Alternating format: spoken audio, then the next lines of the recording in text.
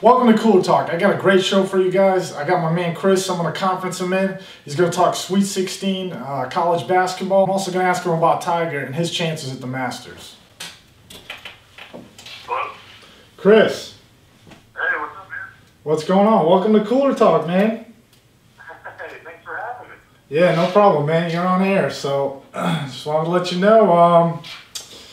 I understand you're from Kentucky, from what I remember. So, to talk about tomorrow's game, Cornell, Kentucky, there's obviously a lot of big, there's an article that came out from different sources, Washington Post, Wall Street Journal, it's basically saying that Cornell has a chance to pull an upset over Kentucky. How do you feel about that, being a Kentucky guy and, being a fan and from there? I mean, do you see that being a reality, or? Well, it's going to be a great game, man. Cornell's an awesome team, smart players. And any team that they shoot it well, they have great fundamentals. Half of, right, 40% of their shots are 3-pointers. Okay. Now, when you say smart players, you're not just saying that because they're at Ivy League school, are you? Well, I mean that's got to help. I mean they're profiling their players, and their players, they're doing a lot of joking and everything like that. But their players know 5 languages and solve Rubik's cubes in 2 minutes. But I like that. You guys are ridiculous. But I mean, let's face it, and I think you might agree with me on this. If they're hitting their shots, it's the only way they're going to win the ball game.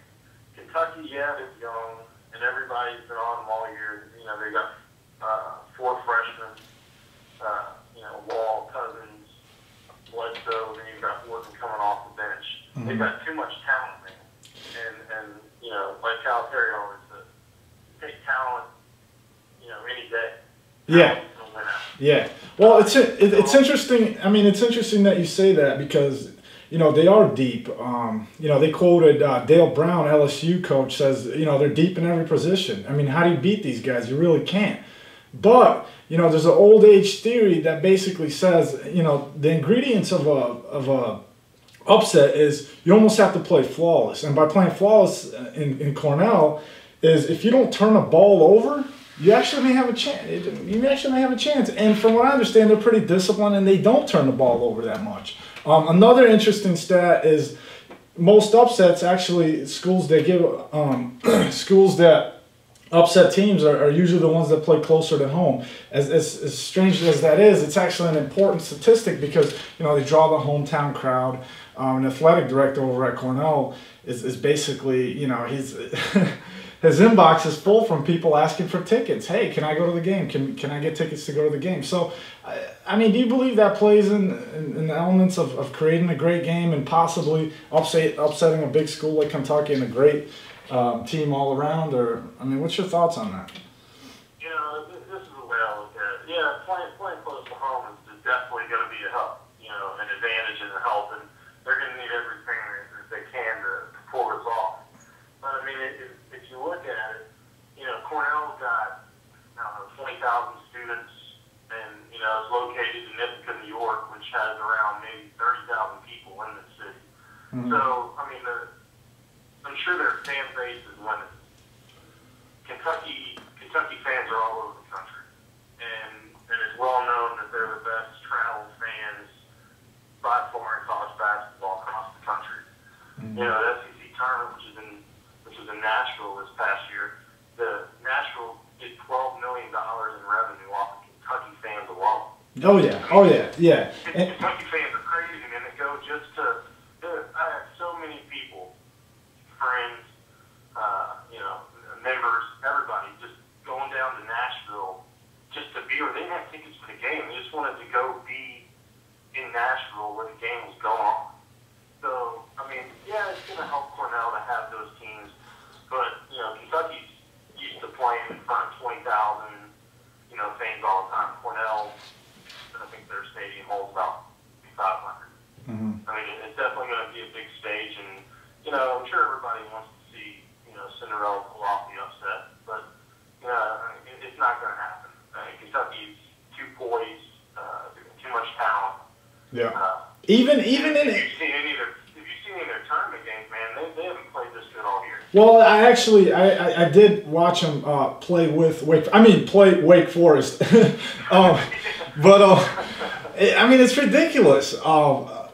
DeMarcus Cousins, I've never seen anything like that. I mean he's like for a freshman he's like a grown man among boys. I mean I think I'd have a hard time. I think I'd have a hard time 1-on-1 with him. You know, I mean I think I could take him, but kidding. 6'11" and thinks he's a point guard.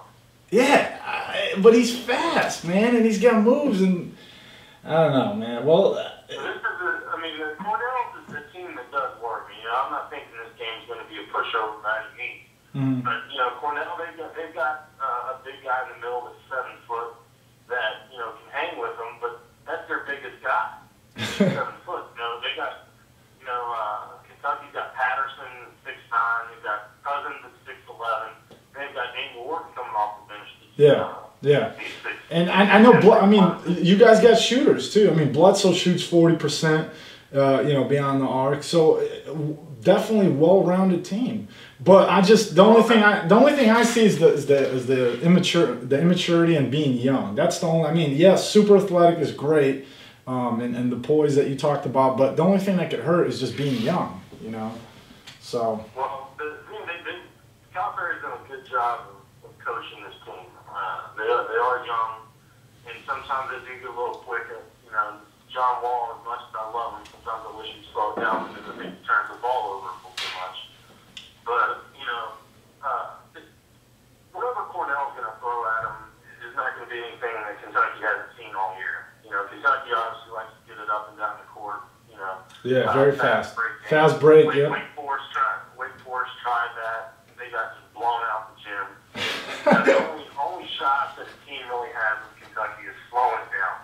Kentucky's defense is great, but if you make Kentucky play from a half-court stretch, sometimes they're not that great. Yeah. But that's the only shot that Cornell has. Yeah. Before I let you go, last question. You see Tiger Woods doing anything in the Masters, or do you think he's just kind of coming back for that tournament, more of a publicity thing? What are your thoughts on that?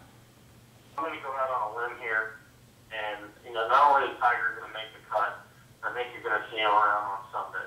Okay. I think he's going to have a darn good shot to win it. Not final group or anything, is he? It wouldn't surprise me. I'm not going to say final group. It wouldn't surprise me, but it's final last 2 groups. Yeah. You're going to be right there. I'm telling you. And he's going to win it. And if he wins the tournament, everything's going away.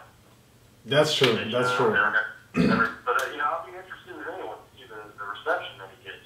Oh man, I think I don't see a lot of women in the gallery, but I definitely see a lot of golf fans up in there. Perhaps Hugh Hefner will be in there as well. Who knows? Thanks a lot, man. Hey, I appreciate you having me. I got something for you and Cooler Talk too, by the way. It'll make your show perfect. All right. I'll send you a John Daly autograph at the Crown. All right. I like that. Thanks, man. Another prop for you. All right, Chris. Well, be easy, buddy. Thanks a lot. All right, take care, man. All right, bye.